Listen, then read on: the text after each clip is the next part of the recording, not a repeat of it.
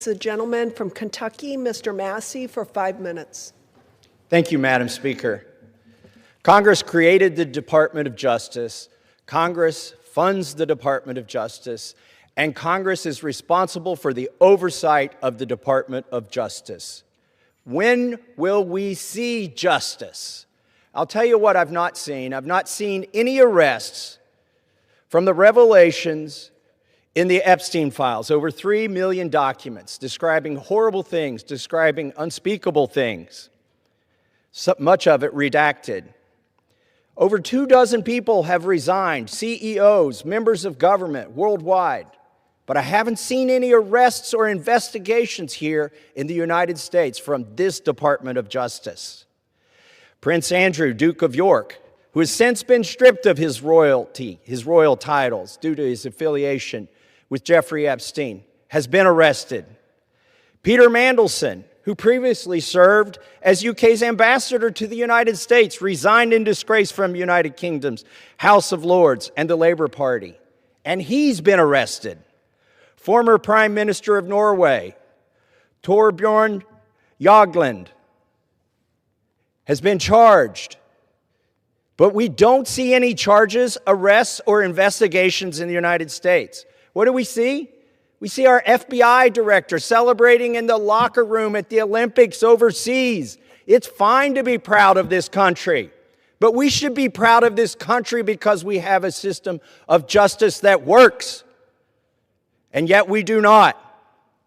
Who are the men that should be investigated? I'll name them right here. Leon Black.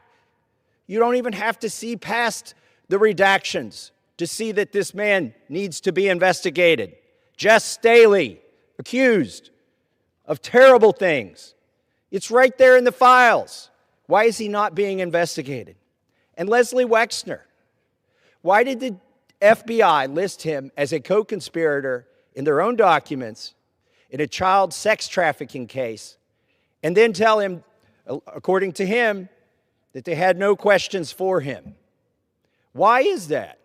Well, the Epstein Files Transparency Act requires the DOJ and the FBI to disclose to us their internal memos and emails about how they made those decisions, whether to prosecute or not prosecute. Yet they have not delivered those memos.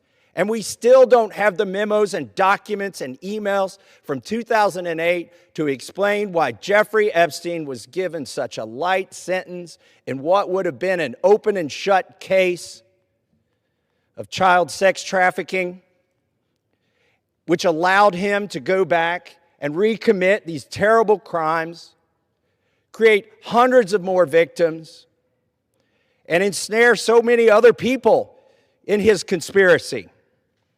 Where are those documents that describe those decisions? We need justice. We want the Department of Justice to get to work, and that's what they need to do now.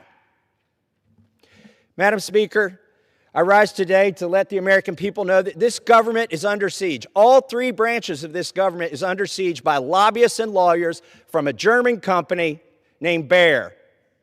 They spent over $9 million lobbying the executive branch and the legislative branch so that they don't have to be liable for any damages that their herbicide causes, otherwise known as Roundup. And they're having some success. Now, they haven't had any success yet in this chamber to get that immunity. They've had some success in the state legislatures, which are also under siege, to get this immunity from liability. Look, the Constitution guarantees people a trial if they've been harmed. Why are we contemplating going against the Constitution? The Attorney General has opined favorably for this German company in front of the Supreme Court about getting rid of any liability that they should have for any damages. And the most recent thing that we've seen, the executive branch. By the way, the President's Chief of Staff and the President's Attorney General work for one of the biggest lobbying firms that's received hundreds of thousands, millions of dollars from Bayer.